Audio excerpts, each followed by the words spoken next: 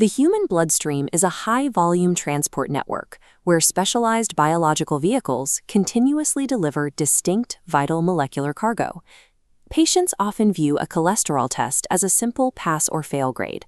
Clinicians, however, see a matrix of intersecting variables that represent different metabolic processes. This data is organized into the standard lipid profile test panel, the international benchmark used globally to assess overall cardiovascular health. To accurately gauge cardiovascular risk, we must deconstruct this matrix line by line and examine how these distinct markers interact with one another. Diagnostic accuracy depends on interpreting the relationships between these numbers, rather than assessing any isolated figure in a vacuum. This diagnostic process begins with the physical lab report, but before interpreting the raw data, clinicians ensure the parameters meet strict standardization requirements. Reading this report requires acknowledging a divergence in global medicine.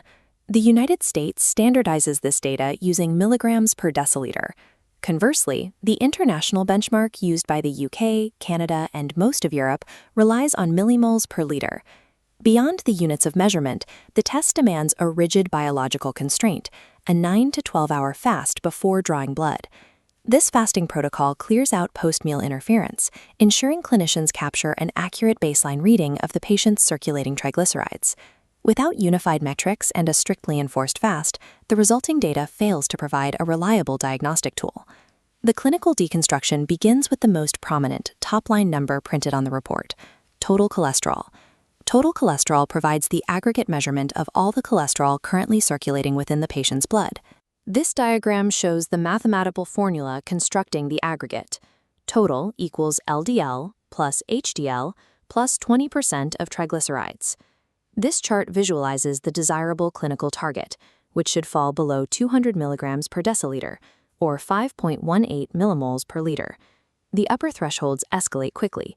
A range of 200 to 239 is classified as borderline, while anything 240 and above is high risk. The limitation of the total cholesterol metric is its construction. Because it bundles beneficial and harmful particles into a single sum, a high score cannot specify which biological mechanism is failing. Total cholesterol acts as a diagnostic starting point. To identify the specific threat, clinicians must break the number down into its constituent parts. The investigation moves to the atherogenic pathway, starting with a lesser-known precursor particle called VLDL. VLDL, or very low-density lipoprotein, operates with a normal baseline range between 2 and 30 milligrams per deciliter.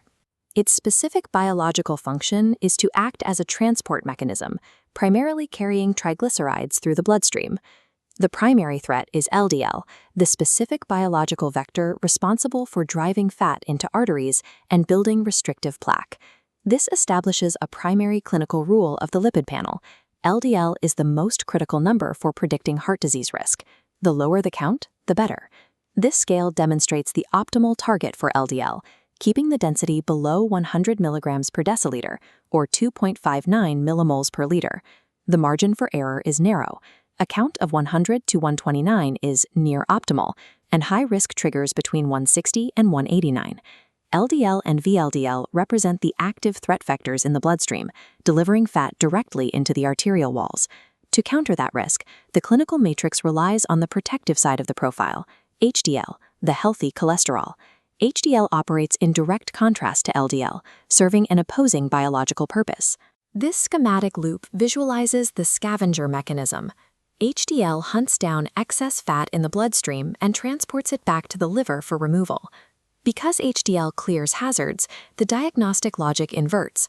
Higher numbers indicate a lower cardiovascular risk. The optimal clinical target is an HDL level of 60 milligrams per deciliter or higher to establish high protection. Levels dropping below 40 for men or 50 for women are considered major independent risk factors for heart disease. Assessing heart health requires clinicians to weigh this scavenger defense system against the structural threat posed by LDL. The final primary component of the standard lipid panel is triglycerides. Unlike structural cholesterol, triglycerides are the body's most common form of energy storage, calories consumed but not used right away. Elevated triglyceride levels are linked to metabolic inputs, specifically high sugar consumption, excess alcohol intake, and managing diabetes risk. This visualization displays the healthy baseline for triglycerides, staying below 150 milligrams per deciliter, or 1.70 millimoles per liter. Clinicians define high risk as a range of 200 up to 499. Concentrations of 500 and above cause extreme danger, increasing immediate risk of pancreatitis. While LDL indicates the structural threat to the arteries, triglycerides reflect a patient's daily dietary choices and metabolic efficiency. To manage the complexity of the full panel, many doctors employ a modern diagnostic calculation called the non-HDL cholesterol number. This calculation takes the total cholesterol score and subtracts the protective HDL.